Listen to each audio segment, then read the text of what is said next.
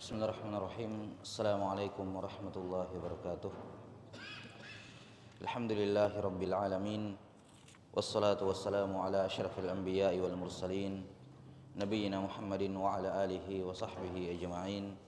Asyhadu an la ilaha illallah wahdahu la syarikalah wa asyhadu anna Muhammadan abduhu wa rasuluh. Amma ba'd. Kita lanjutkan penjelasan dari kitab Muqaddimah atau Ar-Risalah dari Imam Ibn Abi Zaid Al-Qayrawani rahimahullah yang wafat tahun 386 Hijriah. Kata beliau rahimahullah ta'ala, wa'lam anna khairal qulubi aw'aha lil khairi wa arjal qulubi lil khairi ma lam yasbiq asyarru ilaih. Ketahuilah bahwa hati yang terbaik adalah hati yang paling melampung, yang paling bisa menampung kebaikan. Dan hati yang paling diharapkan mendapatkan kebaikan adalah hati yang belum pernah tersentuh dengan yang namanya keburukan. Wa aula ma uniya bihin nasihun wa raghiba fi ajrihi raghibun isalul khairi ila qulubi auladil mu'minin liyarusakha fiha wa tanbihuhum ala ma'alimid diyanah wa hududis syariah liyuradu 'alaiha wa ma 'alaihim an ta'taqidahu minad dini qulubuhum wa ta'malu bihi jawarihuhum fa innahu ruwiya anna ta'lima as-sighari li kitabillah yutfi'u ghadaballah wa anna ta'lima syai'i fi as-sighar kan nakshi fil hajar. Kata beliau rahimahullah, kemudian perkara terpenting, perkara yang paling utama yang harus diperhatikan oleh setiap orang yang menasihati, setiap orang yang menginginkan pahala di akhirat adalah bagaimana menyampaikan kebaikan ke hati anak-anaknya kaum muslimin. Bagaimana menyampaikan kebaikan ke dalam hati anak-anak kaum muslimin, agar kebaikan tersebut menancap dalam hati mereka, ya. Serta selain menyampaikan kebaikan juga mengingatkan mereka mengenai ilmu-ilmu agama, mengingatkan mereka akan wajibnya mempelajari ilmu-ilmu agama, mengetahui batasan-batasan syariat sedari kecil, liyuradu 'alaiha, agar mereka sudah terbiasa. Nanti ketika sudah dewasa, sudah balik, mereka sudah terbiasa dengan aturan-aturan. Akan dijelaskan nanti batasannya. Juga wajib menjelaskan kepada mereka apa saja yang wajib mereka yakini, apa saja yang mereka wajib amalkan dengan anggota tubuh mereka. Ini hal yang terpenting, ya, mengajari anak-anak sedari kecil.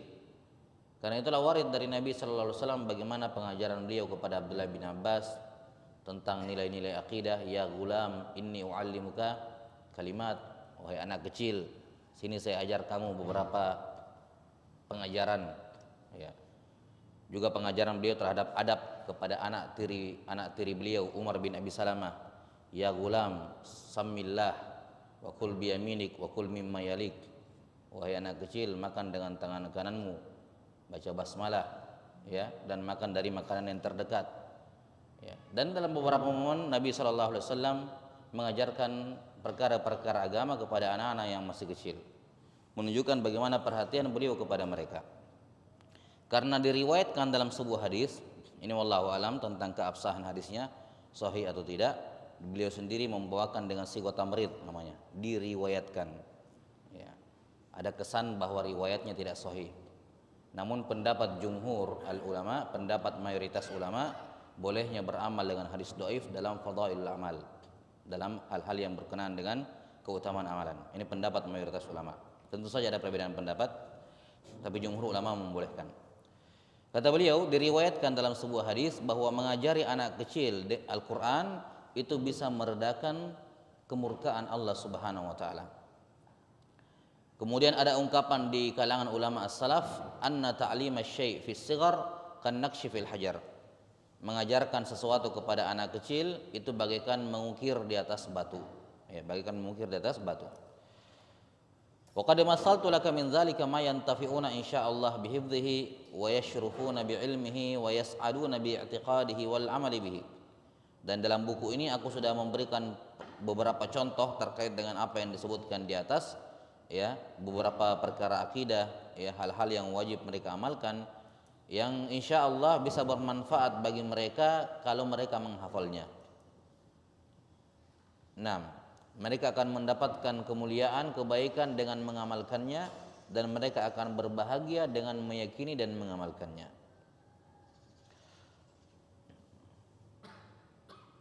Ini menunjukkan bahwasanya ilmu itu tidak mungkin bisa kecuali dengan hafalan. Ilmu itu tidak mungkin bisa kecuali dengan hafalan. Ya.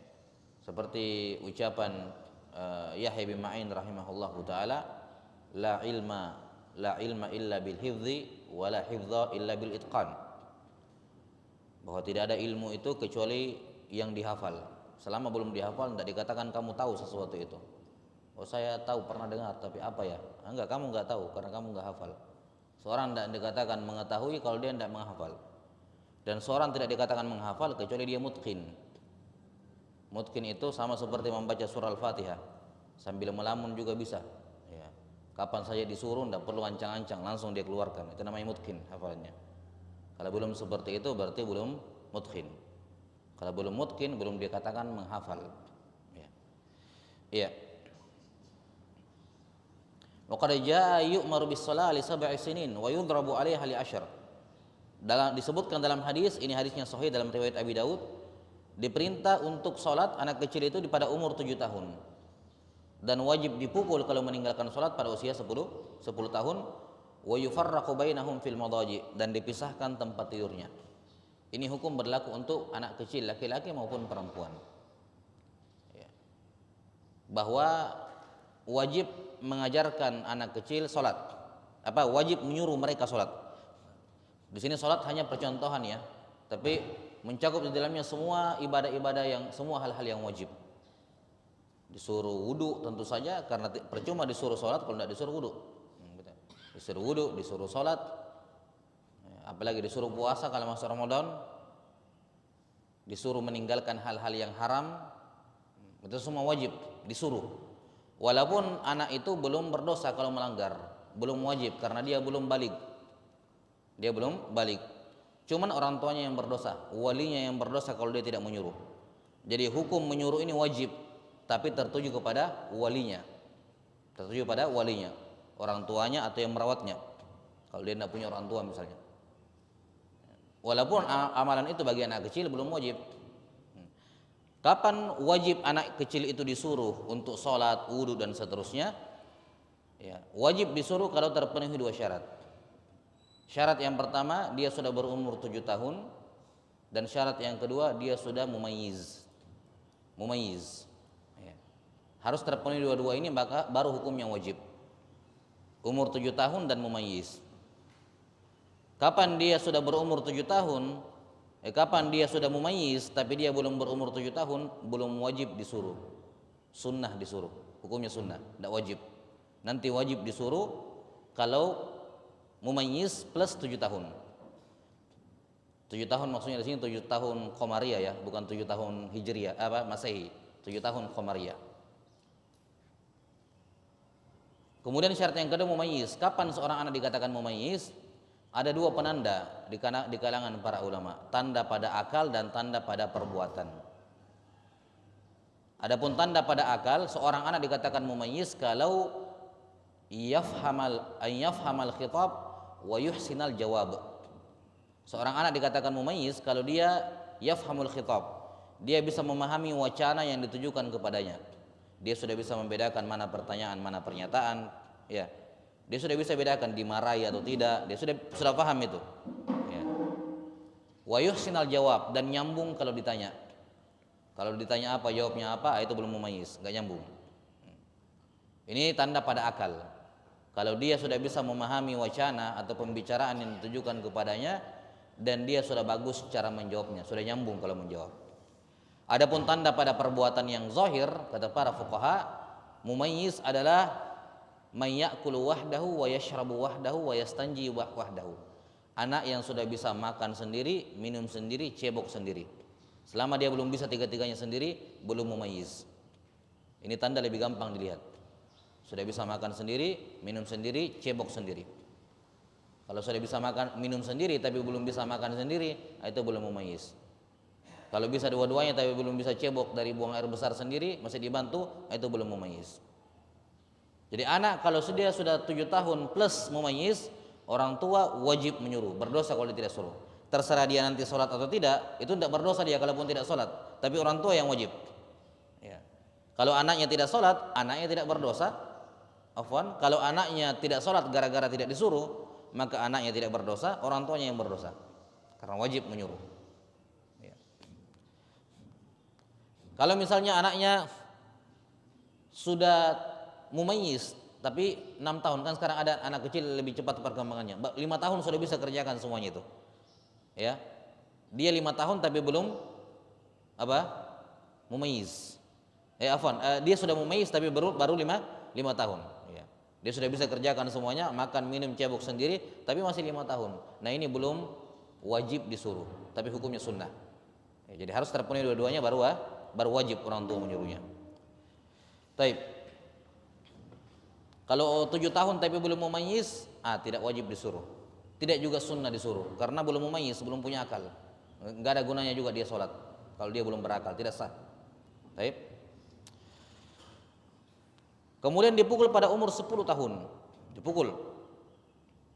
Ya. Kalau meninggalkan sholat pada umur 10 tahun. Ini 10 tahun qamariyah sama, 10 tahun genap. Tidak boleh 9. Kapan dia umurnya baru 9 tahun 11 bulan 28 hari, belum boleh dipukul. Harus genap 10 tahun qamariyah.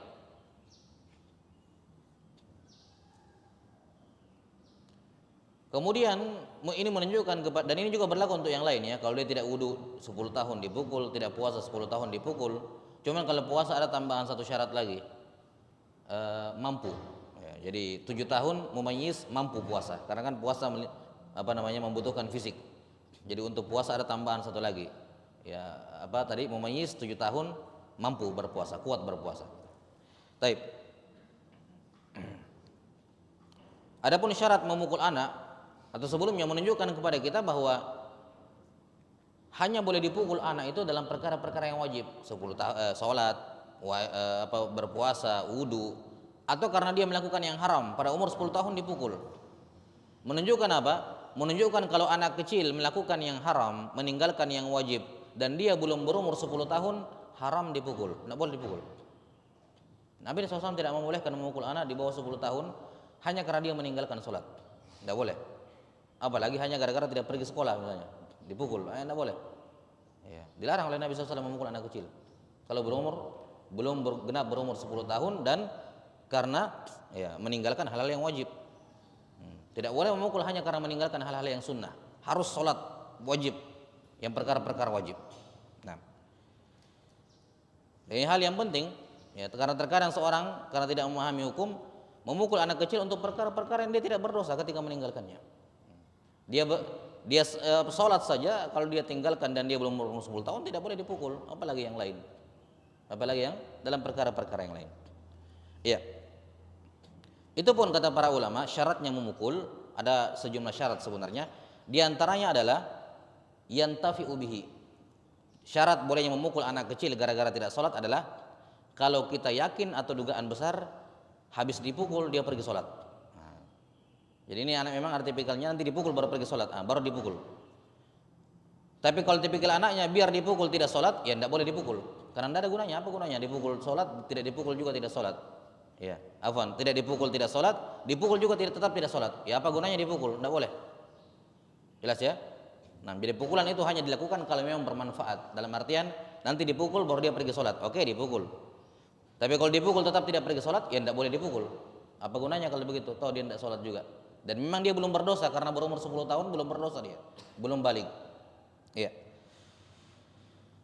Tentu saja dengan pukulan yang tidak memudaratkan, tidak boleh berbekas dan semacamnya. Para ulama berikan contoh kayak siwak dipukul begini atau ujung kain dipukul seperti ini.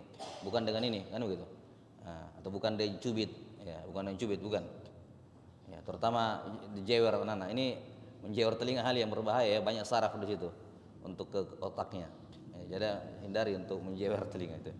Taib. Kata beliau rahimahullahu taala, satu lagi pada ulama menyebutkan syaratnya tidak boleh menimbulkan mudarat yang lebih besar. Di antara mudarat yang lebih besar misalnya dia kabur dari rumah. Ada anak kalau dipukul kabur dari rumah tidak boleh dipukul. Karena mudaratnya lebih besar kalau dia kabur. Atau dipukul dia pergi lapor polisi. bapaknya masuk penjara. Nah, kekerasan pada anak. Taib. Qala rahimahullahu taala, jadi diperintahkan wali orang tua untuk menyuruh anak kecil sholat, sekedar menyuruh, belum memukul pada usia 7 tahun, dan baru boleh memukul dengan syarat-syaratnya pada usia 10 tahun. Kalau mereka masih meninggalkan sholat dan kewajiban yang lain, dan dipisahkan tempat tidur mereka. Fakadzalika yanbaghi an ya'lamu ma faradallahu 'alal ibadi min qaulin wa 'amalin qabla bulughihim liya'ti 'alaihimul bulugh. Demikian pula wajib mereka mengetahui, diajarkan kepada mereka apa yang Allah wajibkan kepada para hamba berupa ucapan, perbuatan sebelum mereka balik, agar mereka bisa melakukannya ketika sudah balik. Tanda balik itu ada 3. Tanda balik itu ada 3. 2 terjadi pada laki-laki dan 2 terjadi pada laki-laki dan perempuan, dan 1 hanya pada perempuan saja. Dan terjadi pada laki-laki dan perempuan, yang pertama adalah keluar mani. Keluar mani ketika sudah berumur 9 tahun, kurang lebih 9 tahun.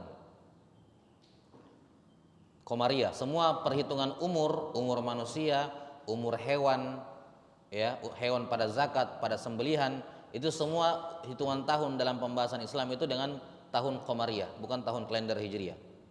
Ya, dan itu dampaknya atau bedanya bisa signifikan.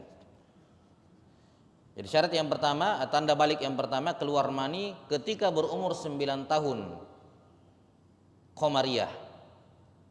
Paling cepat 15 hari sebelumnya.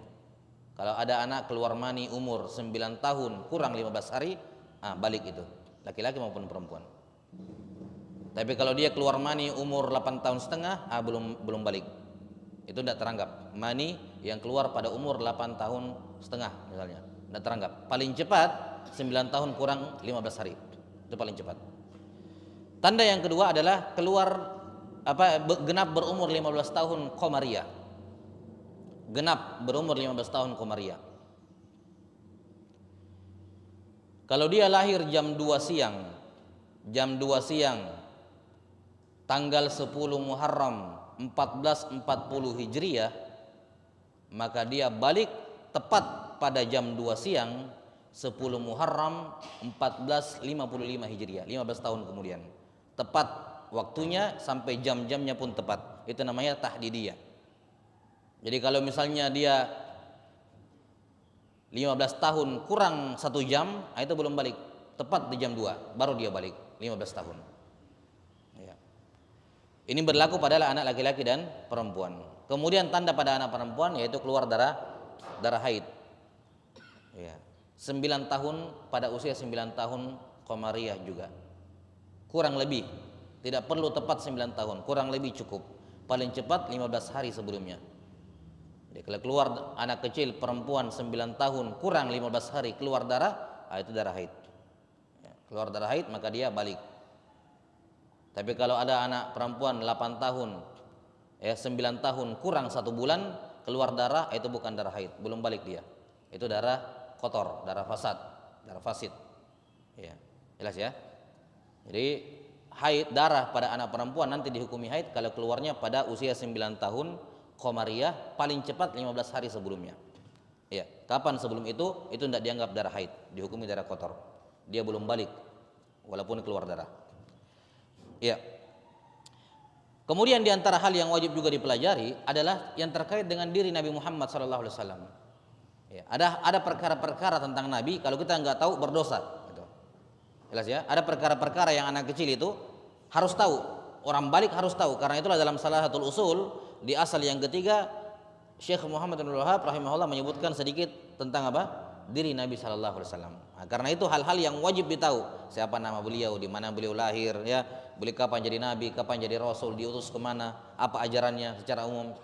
Itu perkara-perkara mendasar. Kalau orang Islam tidak tahu, berdosa tentang diri Nabi Muhammad Sallallahu Alaihi Wasallam. Wasakanat ilaihi wa qad tamakkana dzalika min qulubihim wasakanat ilaihi anfusuhum wa anisat bima ya'maluna bihi min dzalika jawarihuhum. Agar ketika mereka sudah balik, mereka bisa melakukannya dengan mudah karena sudah terbiasa dari kecil. Ya, mereka akidah itu sudah tertanam dalam hati mereka, jiwa mereka sudah tenang, mereka bisa tenang dengannya, dan mereka sudah biasa melakukan apa-apa yang mereka lakukan sedari kecil. Wa qad faradallahu subhanahu 'alal qalbi 'amalan min al-i'tiqad wa 'alal jawarihi adh-dhahira 'amalan min at-ta'at. Allah Subhanahu wa taala telah memfardukan kepada hati sejumlah amalan yang berupa akidah, yakni akidah i'tiqad, berupa amalan hati. Dan juga Allah memfardukan, mewajibkan anggota tubuh yang zahir berupa amalan, ya, amalan yang berupa ketaatan. Wa sa'ufassilu laka ma syarattu laka dzikrahu baban-baban, saya akan paparkan semuanya tadi berupa keyakinan dan amalan satu persatu, bab per bab, liyaqruba min fahmi muta'allimihi insyaallah, agar orang yang mempelajarinya bisa memahaminya. Wa iyyahu nastakhiru wa bihi nasta'inu wa la haula wa la quwwata illa billahil aliyyil azim. Wa sallallahu ala sayyidina Muhammadin nabiyhi wa alihi wa sahbihi wa sallama tasliman katsira. Baik, ini selesai muqaddimah dari penulis rahimahullah. Sekarang kita masuk ke bab yang pertama di sini, yang menjadi inti pembahasan kita, yakni perkara i'tiqad, akidah yang beliau sudah janjikan di awal tadi. Qala rahimahullah, babu ma yantiqu bihil alsinah wa ta'taqiduhul afidah min wajibi umuriddin, min wajibi umurid diyanat. Bab apa-apa yang wajib diucapkan oleh lisan. Penjelasan mengenai apa yang wajib diucapkan oleh lisan, yang wajib diyakini oleh hati, ya, berupa perkara-perkara agama.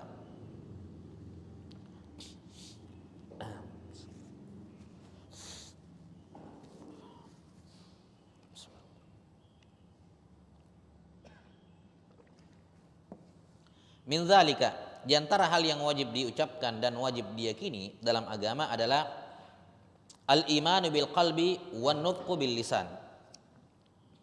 Seorang harus meyakini dengan hatinya, ya, memastikan dalam hatinya, tidak boleh dia ragu-ragu dalam hatinya. Kemudian wan nutqu bil lisan, harus dia ucapkan dengan lisan. Tidak boleh diyakini tapi dia tidak ucapkan. Karena prasyarat keimanan seperti akan datang nanti harus diucapkan. Kapan seorang meyakini sesuatu yang benar tapi tidak mengucapkan, tidak dikatakan dia mengimaninya. Ya. Apa itu yang wajib diyakini dengan hati dan diucapkan dengan lisan? Annallaha ilahu wahidun la ilaha ghairuh wa la syabiha lahu wa la nadhira lahu wa la waladalah wa la walidalah wa la sahibatan lahu wa la syarikalah. Wajib diucapkan dan diyakini bahwa Allah Ta'ala adalah sembahan yang esa. Tidak ada sembahan yang berhak disembah selainnya. Tidak ada yang mirip dengannya, tidak ada yang serupa dengannya. Dia tidak punya keturunan, tidak punya orang tua, tidak punya pasangan, dan tidak ada sekutu baginya. Yani Allah Subhanahu wa Ta'ala Maha Esa pada segala sesuatu, Maha sendiri pada segala sesuatu. Qul huwallahu ahad. Katakanlah wahai Muhammad, Allah Ta'ala itu Maha Esa. Ini jawaban dari Allah ketika orang-orang Yahudi dan Nasrani atau orang Nasrani bertanya kepada Nabi Muhammad SAW tentang nasabu rabbik. Ya. Mana nasab, apa nasabnya Tuhanmu? Bapaknya siapa, ibunya siapa? Ya. Maka Allah mengatakan, menjawab, katakan wahai Muhammad, Allah itu Maha Esa, Maha sendiri. Sendiri artinya dia tidak berasal dari siapa-siapa dan tidak ada darinya lahir apa-apa. Ya. Makanya diteraskan Allahus Samad. Apa tafsiran Allahus Samad? Di antara tafsirannya lam yalid wa lam yulad. Tidak beranak dan tidak diperanakkan. Yakni tidak punya keturunan, tidak punya furu ke bawah, anak, cucu dan seterusnya, dan juga tidak ada usul ke atas. Ya, tidak ada orang tua, kakek, nenek, tidak ada, pokoknya sendiri. Allah Ta'ala Maha Esa. Dia tidak bergantung kepada siapapun, tidak terkait dengan siapapun, tidak ada nasabnya kepada siapapun. Allah Ta'ala Maha Esa, ya, la syabiha lahu, tidak ada yang mirip dan nadhir, serupa dengannya. Tidak ada yang mirip dan serupa dengannya. Tidak yang persis, tidak juga yang mirip-mirip. Ya. La syabiha lahu wa la nadhir. Kata Allah Ta'ala, walam yakul lahu kufuwan ahad. Tidak ada yang setara dengan Allah Subhanahu wa Ta'ala. Dan juga Allah Ta'ala mengatakan laisa kamitslihi syai'. Tidak ada yang serupa dengan Allah Subhanahu wa Ta'ala. Karena itulah fala tadribu lillahil amsal. Jangan coba-coba buat permisalan di hayalanmu, di akalmu, ya. Jangan coba-coba buat permisalan Allah. Ya. Karena apapun yang kamu pikirkan tidak mungkin sama. Tidak mungkin itu Allah. Ya. Karena Allah Ta'ala tidak ada yang serupa dengannya. Tidak ada anak dan tidak ada orang tuanya serta tidak ada pasangannya. Tidak ada pasangannya. Wala syarikalahu, dan tidak ada sekutu baginya. Tidak ada sekutu baginya. Baik sekutu untuk menguatkan dia atau sekutu sekedar sekutu walaupun sama-sama kuat, tidak ada. Karena seorang membutuhkan sekutu itu alasannya bisa jadi karena dia lemah. Dia lemah, bersekutu sama yang sama-sama lemah biar jadi kuat, atau bersekutu sama yang kuat supaya dia dilindungi. Allah Ta'ala tidak ada syarik, tidak ada sekutu sama sekali. Apapun tujuannya, bersekutu dengan yang lebih lemah darinya, yang lebih kuat darinya, atau yang bersekutu dengan yang selevel dengannya, tidak ada sekutu sama sekali bagi Allah Subhanahu wa Ta'ala. Ya. Ketika Allah Subhanahu wa Ta'ala menyuruh malaikat untuk mengerjakan tugas-tugas, bukan karena Allah tidak mampu mengerjakannya sendiri. Jangan sampai dipahami bahwa butuh Mikail untuk menurunkan hujan, butuh ini yang melakukan ini, butuh malaikat ini. Bukan karena Allah tidak mampu kerjakan semuanya sendiri. Ya, wala yauduhu hifdzuhuma. Allah Subhanahu wa Ta'ala tidak berat mengurus langit dan bumi. Tidak butuh malaikat untuk tugas-tugas itu. Tanpa ada malaikat semuanya berjalan sesuai dengan kehendak Allah Ta'ala. Tapi untuk memuliakan malaikat dikasih tugas. Hanya untuk memuliakan mereka. Tidak menunjukkan Allah butuh kepada malaikat, sama sekali tidak. Karena Allah tidak butuh syarik. Ya. Wala mu'in, tidak butuh penolong. Enggak ada yang butuh, ya, yang bisa menolong Allah Subhanahu wa Ta'ala, dan Allah tidak butuh penolong. Allah tidak sulit bagi Allah untuk mengurus langit dan bumi. Laisa li awwaliyatihi ibtida'u wala li akhiriyatihi inqidha. Allah tidak ada awalnya dan tidak ada juga akhirnya. Allah Ta'ala tidak ada awalnya, tidak ada akhirnya. Sudah pernah belajar buku apa tentang semua sifat di sini? Tentang buku-buku seperti ini? Sudah biasa? Ke depan. Baik. Jadi Allah Subhanahu wa Ta'ala dari dulu tidak ada awalnya. Dari dulu tidak ada awalnya. Sebagaimana Allah Ta'ala juga akan menjadi yang paling terakhir. Yang paling terakhir maksudnya di sini apa? Tidak akan binasa sama sekali. Tidak ada satupun makhluk, ya, yang ada dari dahulu. Tidak. Yang namanya makhluk semuanya dicipta oleh Allah Ta'ala, diawali oleh ketiadaan. Baru kemudian Allah cipta, baru dia ada. Hanya Allah Subhanahu wa Ta'ala satu-satunya zat yang dari dahulu ada, tidak ada awalnya sama sekali. Karena dia adalah pencipta segala sesuatu. Dan dia juga akan menjadi yang terakhir. Maksudnya yang paling terakhir di sini bukan yang lainnya mati semua, Allah yang tersisa sendirian, bukan itu maksudnya. Karena kita tahu bahwa penghuni surganya, penghuni nerakanya kekal semua sampai akhir zaman, tidak akan binasa juga. Mungkin ada yang bertanya, kalau Allah Ta'ala surga neraka kekal, penduduk surga penduduk neraka kekal, terus apa bedanya dengan kekekalan Allah? Allah kan juga kekal. Surga neraka juga kekal, tidak hancur. Arsy Allah Ta'ala juga tidak hancur, ya kan? Qalam, Lauhul Mahfuz, ini juga tidak hancur pada hari kiamat. Termasuk makhluk-makhluk yang kekal tidak akan binasa. Apa bedanya kekekalannya? Ada dua perbedaan kekekalan Allah dengan kekekalan makhluk. Jadi ada makhluk-makhluk yang kekal, tapi beda dengan kekekalan Allah. Yang pertama, bahwa kekekalan makhluk itu diawali oleh ketiadaan. Walaupun dia kekal, tapi dia pernah tidak ada. Jadi kekekalannya itu tidak sempurna. Kenapa? Dia pernah tidak ada. Sementara Allah kekekalannya sempurna karena dia tidak pernah tidak ada. Alasan yang kedua, kekekalan makhluk itu bukan karena bawaan, sifat bawaan, bukan dari sananya begitu. Bukan istiqlalan kata para ulama. Tapi dia kekal karena Allah yang membuat dia kekal. Nah, itu. Jadi dia kekal karena Allah membuat dia kekal. Jadi kekekalannya tidak sempurna karena terkait dengan Allah. Adapun kekekalan Allah tidak terkait dengan apa-apa, istiqlalan, berdiri sendiri. Ya. Ini yang membedakan antara kekekalan Allah dengan kekekalan makhluk. Sebagian makhluknya maksudnya. Allah Ta'ala berfirman, huwal awwalu wal akhiru wal zahiru wal batin. Dialah yang maha awal, maha akhir, maha zahir, maha batin. Sampai jam berapa? Hah? Sebelum jam 6. Sebelum jam 6. Nabi SAW dalam riwayat Muslim menafsirkan kalimat hadis ayat ini. Al-awwalu, yang maha pertama, maksudnya laisa qablahu syai'. Antal awwalu falaisa qablaka syai'. Ya Allah, engkau yang paling pertama, maka tidak ada satupun sebelummu. Wa antal akhiru falaisa ba'daka syai'. Engkau yang paling terakhir, maka tidak ada yang setelahmu. Wa antal zahir, engkau yang paling nampak, maka tidak ada satupun di atasmu. Falaisa fawqaka syai'. Wa antal batinu falaisa dunaka syai'. Engkau yang maha batin, sehingga tidak ada satupun berada di bawahmu. Maksudnya tidak ada satupun yang berada di bawahmu, yakni tidak ada makhluk yang paling rendah sekalipun yang tidak dijangkau oleh ilmumu. Semua kamu tahu.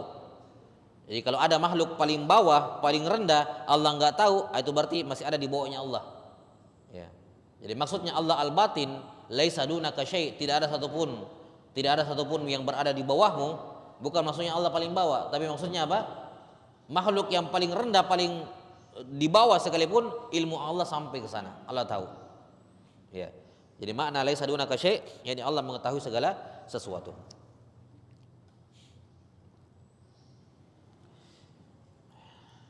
Dan ini tentu saja sebagai sanggahan dan bantahan kepada orang-orang kufar, orang-orang kafir, ateis dari kalangan mutafalsifah, kaum filosof yang mengatakan bahwa alam semesta juga qadim.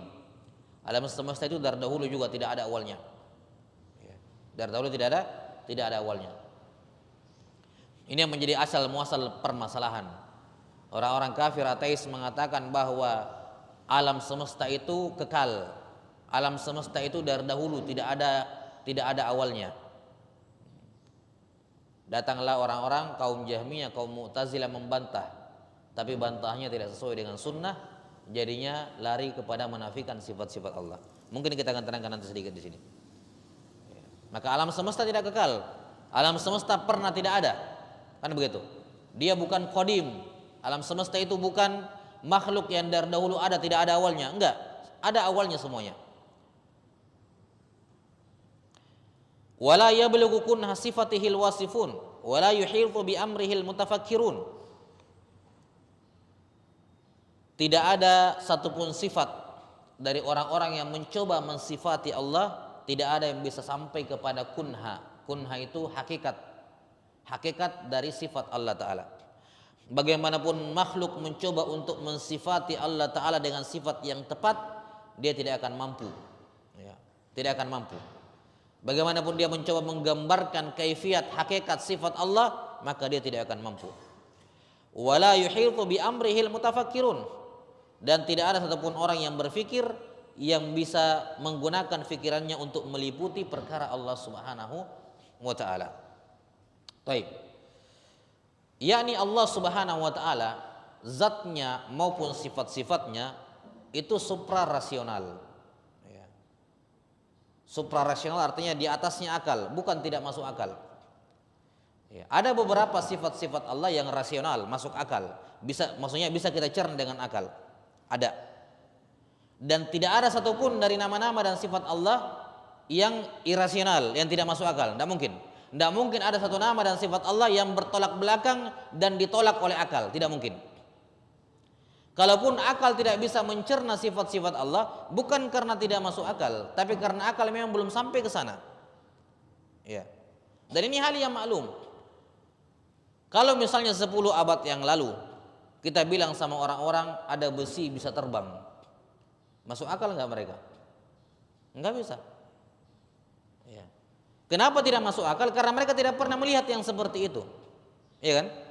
Mereka tidak pernah lihat seperti itu. Kalau dibilang ada besi terbang, tidak terbang, ada 80 orang di atasnya, dibilang orang gila ini. Kenapa dikatakan? Kenapa tidak bisa masuk dalam akal mereka? Karena mereka tidak pernah menyaksikan yang seperti itu, yang mirip dengan itu. Jelas ya? Nah, ketika disebutkan beberapa sifat-sifat Allah yang sulit kamu cerna, itu bukan karena tidak masuk akal. Kamu saja belum sampai ke sana akalmu. Akalmu belum sampai ke sana. Bagaimana caranya? Bagaimana caranya Allah Ta'ala Maha di atas tapi dia juga turun?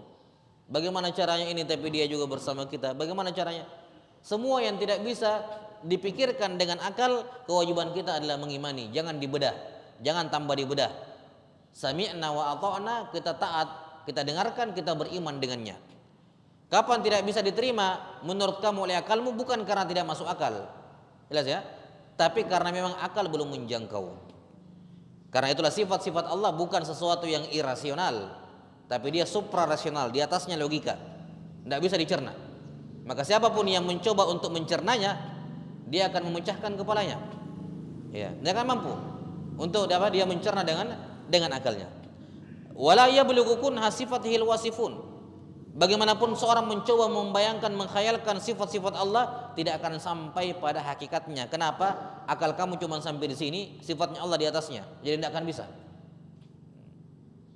Dan seorang itu, perhatikan, seorang hanya bisa mengkhayalkan sesuatu, memikirkan sesuatu kalau sesuatu itu pernah dia lihat. Iya kan? Pernah dia lihat. Bagaimana caranya dia mencoba memikirkan tentang Allah padahal dia belum pernah melihat Allah? Mustahil. Jadi secara logika saja, secara akal sehat saja, berpikir dan menghayal dan membagaimanakan sifat-sifat Allah itu sudah mumtani, sudah tidak mungkin terjadi. Kenapa? Kamu belum pernah melihat Allah. Seorang hanya bisa membayangkan sesuatu kalau dia pernah apa? Pernah melihatnya. Nanti akan dijelaskan lebih jauh. Ya'tabirul mutafakkiruna bi ayatihi wa la yatafakkaruna fi mahiyati dzatihi. Mereka kaum mukminin memikirkan ayat-ayat Allah, mereka tidak memikirkan tentang zatnya Allah Ta'ala, dirinya Allah, karena tidak mungkin. Tidak mungkin seorang memikirkan tentang zatnya, dirinya Allah Subhanahu wa Ta'ala. Mustahil, dia tidak pernah melihat Allah. Bagaimana caranya dia memikirkan sesuatu yang tidak pernah dia lihat? Ya. Maka tugas mereka hanyalah mutafakkiruna bi ayati, memikirkan ayat-ayat Allah. Kenali Allah lewat ciptaannya. Kalau kita manusia saling menyayangi satu sama lain, oh berarti Tuhan kita juga maha merahmati, maha menyayangi. Ya. Ada orang-orang yang berdosa kemudian dihukum, berarti Tuhan kita apa? Memiliki sifat ghadab, sifat marah. Ya. Ada orang yang begini, kita lihat, kita hubungkan dengan apa? Sifat-sifat Allah Subhanahu wa Ta'ala. Ya. Karena itu dalam Al-Quran disuruh mentadabburi ayatihi, mentadabburi ayat-ayat Allah Ta'ala, baik ayat-ayat yang terbaca berupa Quran dan Sunnah maupun ayat-ayat yang terlihat berupa alam semesta. Tidak boleh memikirkan tentang zat Allah Subhanahu wa Ta'ala, tidak pula terkait dengan sifat-sifat Allah Subhanahu wa Ta'ala. Allah Ta'ala berfirman, kata beliau, وَلَا يُحِيطُونَ بِشَيْءٍ مِّنْ عِلْمِهِ إِلَّا بِمَا شَاءَ وَسِعَ كُرْسِيُّهُ السَّمَاوَاتِ وَالْأَرْضِ وَلَا يَؤُودُهُ حِفْظُهُمَا وَهُوَ الْعَلِيُّ الْعَظِيمُ. Ini dalil untuk semua pembahasan yang di atas tadi. Mereka manusia tidak akan mampu ilmu mereka melingkup Allah Subhanahu wa Ta'ala. Yuhit, tahu yuhit? Yuhit itu kali ini benda. Yuhit itu kita lihat semua keliling, atasnya, bawahnya, dalamnya. Ya. Kalau ini gelas saya cuma lihat dari satu sisi begini, itu tidak dikatakan ihata, karena saya cuma lihat sisi ini, yang sisi ini saya tidak lihat. Jadi ilmu manusia tidak akan mampu yuhitu bihi, tidak mampu meliput apa? Bisyai'in min ilmihi. Ilmu mereka tidak akan sanggup meliput sedikit pun dari ilmu Allah Ta'ala. Illa bima sya', kecuali apa yang mau Allah maui. Allah ajarkan melalui Nabi dan Rasul. Oh, kita baru tahu tentang Allah. Karena itulah kaidah mendasar dalam tauhid asma wa sifat, bahwa asmaullahi ta'ala wa sifatihi wa sifatuhu tauqifiyah. Penetapan nama-nama dan sifat Allah Subhanahu wa Ta'ala itu harus berdasar Quran, Sunnah yang sahih, tentu saja hadis yang sahih, tidak dengan cara yang lain. Tauqifi. Kapan Al-Quran dan Sunnah menetapkan nama dan sifat, kita tetapkan. Kapan Al-Quran menolak suatu sifat, Allah tidak bersifat seperti itu, ya kita juga tolak sifat itu dari Allah. Dan kalau ada sifat tidak dikomentari dalam Quran, enggak disebut dalam Quran, tidak diiyakan, tidak juga ditolak, enggak diiyakan oleh Nabi, tidak juga ditolak, ada sifat yang tidak dikomentari, tidak dikatakan iya, tidak juga dikatakan tidak, maka kita juga tidak boleh katakan iya, tidak boleh juga katakan tidak. Ya. Jadi kita tetapkan ketika Quran menetapkan, Kita tolak ketika Quran menolak, dan kita tidak berkomentar apa-apa ketika Quran dan Sunnah juga tidak berkomentar apa-apa tentang nama atau sifat tersebut. Itulah bentuk tauqif. Seorang berhenti di mana Al-Quran dan Sunnah berhenti. Dia berjalan ketika Quran dan Sunnah berjalan, yakni menjelaskan. Wasi'a kursiyyuhus samawati wal ard, dan kursinya Allah Ta'ala meliputi langit dan bumi. Masyhur penafsiran dari Ibnu Abbas radhiyallahu anhuma bahwa kursi adalah maudhi qadamair rahman, adalah tempat kakinya Allah Subhanahu wa taala. Itu penafsiran kursi dari sahabat Abdullah bin Abbas radhiyallahu anhuma dalam asar yang sahih. Ya. Di mana kursi ini ukurannya kalau mau dibandingkan arsy bagaikan gelang yang dilempar ke padang pasir. Juga dalam asar Ibnu Abbas. Ya. Jadi padang pasir itu bagaikan arsy Allah, kursi itu bagaikan gelang itu saja. Ya. 7 langit dan 7 bumi kalau mau digabungkan semuanya, mau dibandingkan dengan luasnya kursi, seperti itu pula. Jadi 7 langit 7 bumi digabungkan itu hanya bagaikan gelang. Kursi padang pasir. Jadi kalau mau membandingkan antara langit dengan arsy, kurang ajar, karena terlalu jauh, tidak bisa diperbandingkan, kan begitu? Tidak bisa diperbandingkan, apalagi manusia yang ada di dalam satu bumi itu. 7 langit 7 bumi mau dibandingkan kursi, bagaikan gelang di padang pasir, dan kursi di hadapan arsy bagaikan gelang juga di padang pasir. Jadi sangat jauh sekali. Dengan memahami konsep seperti ini, kita bisa mudah memahami bagaimana caranya itu Allah maha tinggi tapi dekat. Ya kan? Allah tinggi tapi dekat. Gampang sekali memahami kalau kita pahami seperti itu. 7 langit 7 bumi digabung, itu hanya bagaikan gelang di padang pasir. Bagaikan kalau dibandingkan dengan kursi. Kursi di hadapan arsy seperti itu pula. Nah, bagaimana caranya Allah dekat dengan manusia di satu bumi, salah satu bumi saja, Allah dekat tapi tinggi. Sangat masuk akal, sangat memungkinkan. Kalau perbandingan skala besarnya kayak tadi, kan begitu ya? Sangat mudah bagi Allah Subhanahu wa taala. Wala yauduhu hifdzuhuma. Allah tidak repot ya mengurusi langit dan bumi. Tidak butuh malaikat. Malaikat dikasih tugas-tugas bukan karena Allah tidak mampu kerjakan sendiri. Malaikat dikasih tugas murni untuk memuliakan mereka, untuk memuliakan mereka. Wa huwal aliyul azim. Dia maha tinggi lagi maha besar. Al-alimul khabir, al-mudabbirul qadir, as-sami'ul basir, al-aliyul kabir. Allah Ta'ala maha alim, maha mengilmui, lagi maha khabir, maha mengetahui. Al-mudabbir al-qadir, maha pengatur lagi maha mampu. As-sami'ul basir, maha mendengar lagi melihat. Al-aliyul kabir, maha tinggi lagi maha agung, maha besar. Di sini beliau menyebutkan al-ali, al-alim. Allah punya nama Al-Alim, ada nama Al-Alim. Jadi Al-Alim, Al-Alim, dua-duanya nama Allah. Tidak boleh seorang mengatakan alim, alim, sama saja, satu saja saya tetapkan. Tidak boleh. Walaupun ada mirip-miripnya, ya sinonim mungkin tidak boleh mencukupkan dengan salah satunya kalau Allah menetapkan dua-duanya. Seperti di sini Al-Alim, Al-Khabir. Kita kalau buka kamus bahasa Indonesia, Al-Alim yang maha mengilmui, Al-Khabir yang maha mengetahui. Apa bedanya mengetahui sama mengilmui? Beda-beda tipis. Kan begitu. Tapi seorang tidak boleh mengatakan, nah ini kan sama saja. Ya sudah, satu saja saya tetapkan, yang lain tidak usah. Anda boleh. Karena bahasa Arab itu kompleks, tidak seperti bahasa Indonesia. Perbedaan sedikit, beda maknanya. Walaupun huruf-hurufnya sama, tapi kalau wazannya berbeda, kan maknanya juga berbeda. Alim sama alim, sama-sama huruf dasarnya ain lam mim, tapi wazannya berbeda, menunjukkan ada perbedaan makna. Kita wajib menetapkan dua-duanya bagi Allah Ta'ala. Ya, wajib menetapkan. Tidak boleh karena sinonim, sudah yang satu saya tetapkan, yang lainnya tidak usah. Tidak. Wajib ditetapkan. Semua yang ditetapkan oleh Allah Ta'ala berupa nama-nama dan sifat-sifatnya, maka wajib kita mengetahui, wajib kita mengimaninya. Kemudian, di antara kaidah mendasar dalam tauhid asma wa sifat, bahwa nama-nama Allah itu husna. Asma'ullahi ta'ala kulluha husna. Semua nama-nama Allah itu husna. Apa itu husna? Husna kata Syekh Ibnu Utsaimin rahimahullah dalam Al-Qawaidul Muslah, al-balighu fi husni ghayatuh. Al-balighu fil husni ghayatuh. Husna artinya adalah yang kebaikannya mencapai puncaknya, sudah paling puncak sudah. Al-balighu fil husni ghayatuh.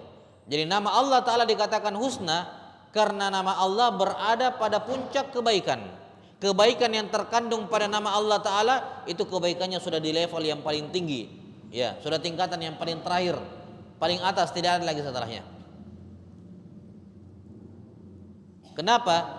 Karena setiap dari nama-nama Allah Ta'ala paling sedikit mengandung satu sifat, paling sedikit. Setiap nama Allah Ta'ala paling sedikit mengandung satu sifat.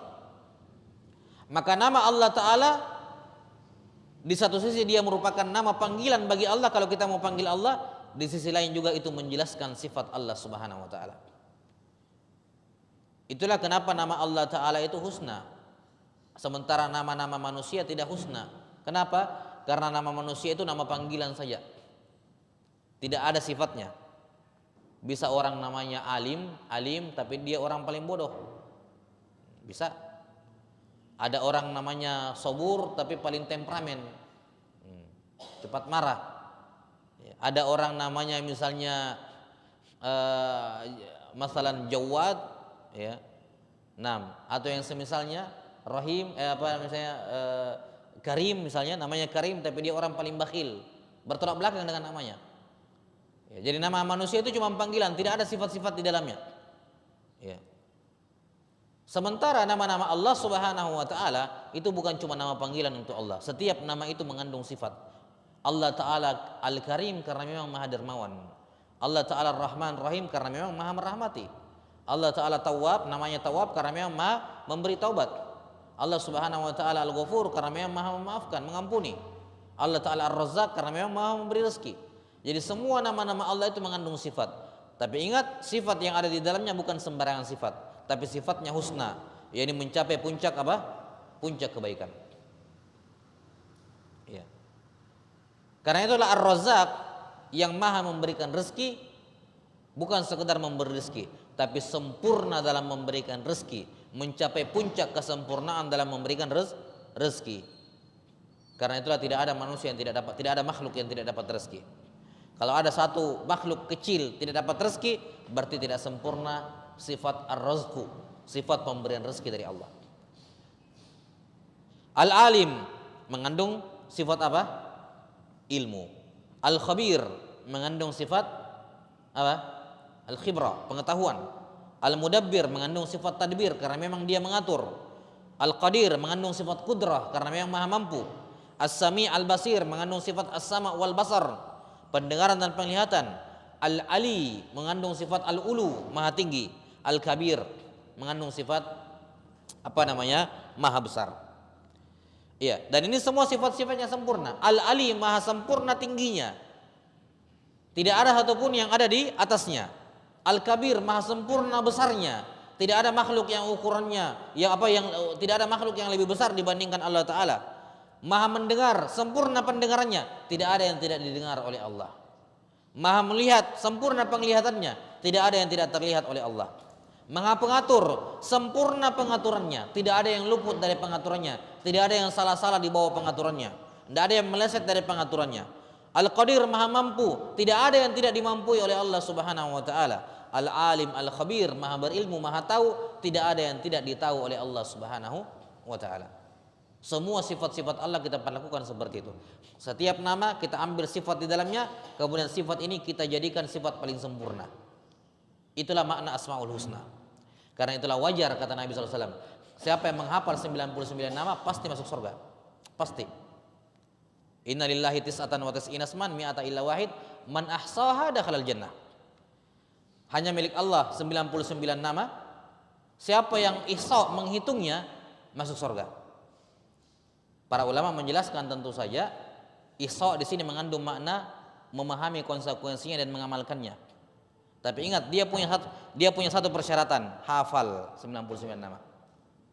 Jadi jangan bilang enggak penting menghafal, yang penting kan diamalkan. Enggak, ihsa itu dihafal, itu asalnya. Jelas sampai sini?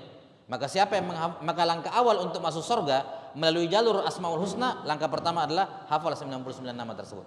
apa-apa saja. Setelah itu baru dipelajari maknanya satu persatu, baru diamalkan. Jadi kalau ada orang mengatakan enggak wajib, enggak mesti menghafal. Untuk apa menghafal? Yang penting kan kita tahu. Bagaimana caranya kamu tahu kamu amalkan kalau kamu tidak hafal? Kan begitu ya. Makanya para ulama berlomba-lomba menulis karya tulis apa ini 99 nama yang kalau dihafal masuk surga. Itu menunjukkan para ulama pahami seperti itu, dihafal. Ada yang menyebutkan 99 ini, ada yang menulis karya tulis lain, di sini disebutkan, di sini tidak disebutkan ya, dan seterusnya. Karena itulah di antara hal yang mendasar bagi seorang muslim ya adalah mengetahui 99 nama ini apa-apa saja. Alhamdulillah para ulama kita sudah bukukan ya di semua mushaf Indonesia yang terjemahan mushaf cetakan Indonesia kan ada di sekelilingnya itu 99 nama, itu berdasarkan penjelasan para ulama. Terlepas di dalamnya ada yang diperselisihkan, itu tidak ada masalah karena memang khilaf. Apakah itu sifat atau nama dan semacamnya. Tapi intinya apa? 99 nama itu ya sebagian besarnya disepakati oleh para ulama. Ya, maka penting bagi seorang muslim untuk mengetahui 99 nama tersebut, duduk satu persatu memahami setiap nama dan memperluas cakupan makna yang ada di dalam nama-nama tersebut. Insyaallah taala siapa yang melakukannya pasti masuk surga. Nah, wallahu taala alam bisawab. Naktafi bihadzal qadar wa sallallahu ala nabiyyina Muhammadin wa ala alihi wa sahbihi wasallam walhamdulillahirabbil alamin.